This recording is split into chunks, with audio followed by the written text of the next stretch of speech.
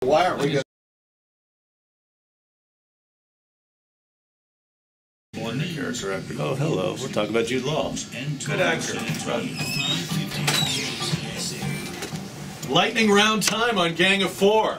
And then they're out the door for the weekend. We have Steve Hilbig, Jim Eskin, JT Street on the gang. And this week started with what appeared to be a one-game suspension for Hank Williams Jr. From singing the opening to the Monday Night Football broadcast on ESPN. By the end of the week, it had turned into, Hank, you're fired.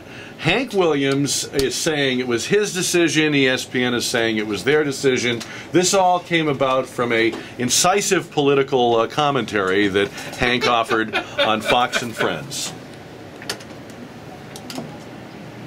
It's so insulting to Netanyahu because who he is such a better that person than Obama or Boehner. I have no idea where that comes from. And first of all, none of the Republican candidates were on that golf course. Like, where the whole thing just, I want to know what's going on inside his brain. But why does this have anything to do with his song being used at the beginning of that football broadcast? There's a randomness to this that blows you. This is the world we're in, but I'll tell you, no one will destroy you like you destroy yourself. I'll write that down, Jim. Yeah, Are you ready for some really. unemployment? Here, this guy's toast. Are you ready for some unemployment? All right. One of the most watched Senate races in the country will be Massachusetts, where Scott Brown, who was the surprise winner of a special election, now is seeking a full term in the Senate against a large group of Democrats who are very enthusiastic. They believe this is one of the few places in the country where Democrats will really do well next year, and it's a state that obviously has a lot of Democrats. So a large field of Democrats running, led by Elizabeth Warren, who has held some positions in the Obama administration. In the debate this week, she responded to a question by noting that one of the differences between her and Scott Brown is that she didn't take her clothes off to pay for school the way Scott Brown did. Because remember, Scott Brown was the model, the underwear model, Cosmo, and all of that. The next morning, Scott Brown was doing a radio interview in Boston and was asked about that comment. Listen to this.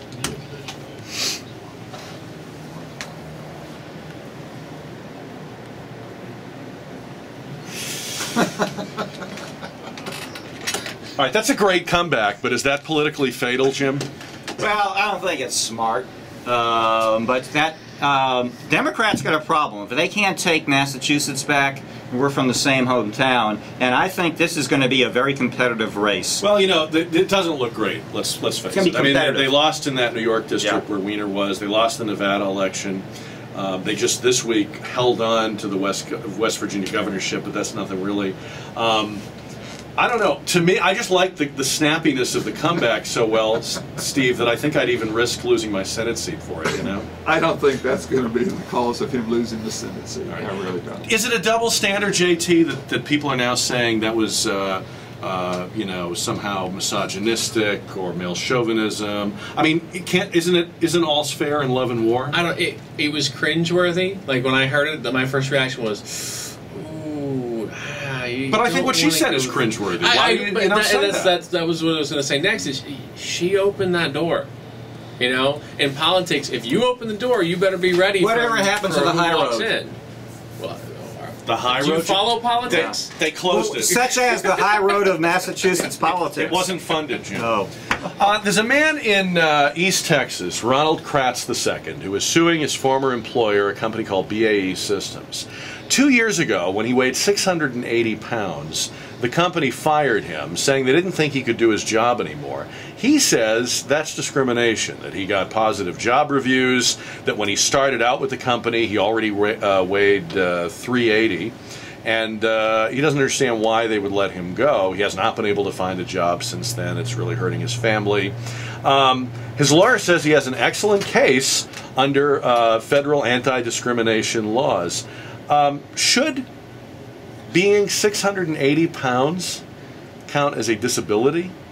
I think he's too big to fail. There you go. Oh, no. The line of the morning. Who says Scott Brown has the whip? I'm sorry, I cringed at that remark. Here's the thing. Unless his job was like a runner for BAE Systems. Why would it be a problem? And why would it? Let me tell you what's a problem for And me. he can run, then why would it be a problem? The story goes on to say that since being fired, he has gotten down under 300 pounds through a combination of surgery, diet, and exercise. Steve, how can something be a disability if I can fix it? If I can diet it away, if I can exercise it away? A disability is I don't have a leg. I can't grow another leg. The not having a leg part is permanent. This guy can change his weight. He obviously has done it. How is that a disability? Well, I can't answer that in a legal sense, but let me just go after it. And Give me say some that it Steve makes Hilbig common sense. Common sense. Yeah. Yeah, I tend to agree with you. I mean, although I think that the law does protect some temporary situations, even though they could be fixed down the road. I guess I understand that he may be right by the letter of the law, but it seems bizarre to me that disabilities can be things over which you have seemingly a lot of control. I'm surprised that he's going disability with it. I would have just gone discrimination. I mean, right? You can't fire someone for being male or female. You can't fire someone for being a certain color. You can't fire someone for any other discriminable, category. Why would weight be any different? That's the direction I would go. Say, you're discriminating against me by firing me because I'm too big. No, because we've recognized certain things, and the things that you mentioned as protected classes, no one has identified overweight people as a constitutionally protected class. By the way, the Danish government this week introduced the world's first fat food tax. It's a tax of about $3. I'm rounding off because of the currency differences. It's about $3 per kilogram on foods that have over a certain fat content. So milk, cheese, butter, pizza, some oil, some meats. What do you think about a fat food tax? Jim, you've never met a tax you Fat didn't food like. here. Okay, let's just think about this. Obesity is one of the huge drivers of our healthcare costs and problems. You can make some. Pardon me? I cringed at that. No, the other guy. Now the other guy. What was his name? Who's too big? It's a massive problem. No, but let's get serious. No, really, you can link on a business economic model. You can link obesity to health problems and then driving up healthcare costs. Some people choose fatty foods. They're No, you're going to say this tax you could say is being proactive and it's going to rescue our economy. We just need the nanny state. Pardon me? We just need the nanny state, that's all. We don't know what's good for ourselves. We can't control our own behavior. We need the nanny state to tell us what to do. All right. What country did this? This is Denmark. The Danish? Doesn't that seem hypocritical? Of all places, if you can't trust the Danish people with fat food, Fat-free who Danish. can you trust? You're on fire today. Thank you. I feel Like, good today. all of a sudden. Where was this an hour ago? It took me an hour and 15 minutes to warm up, and now we're good. I know the feeling. All right, watch for him on Streets Corner on Fox San Antonio, and you can friend. Is it Streets Corner on Just Facebook? search for Streets Corner on Facebook. You're good to go. Very good, JT. Good to see you. Steve Hilbig, look for him on a bench near you. And I'll look for Judicial JT on the street. And Jim Eskin, if people And want look the for me. newsletter, what is the website? Stratagems.org. Stratagems.org. I think I said com earlier. So, and if they go to the site, they can read it right there online. You bet. Very good. Gentlemen, have a good weekend. Next Friday, special edition of Gang of Four for the Radiothon and our 15th anniversary. It is 11:43 on 550 KTSA.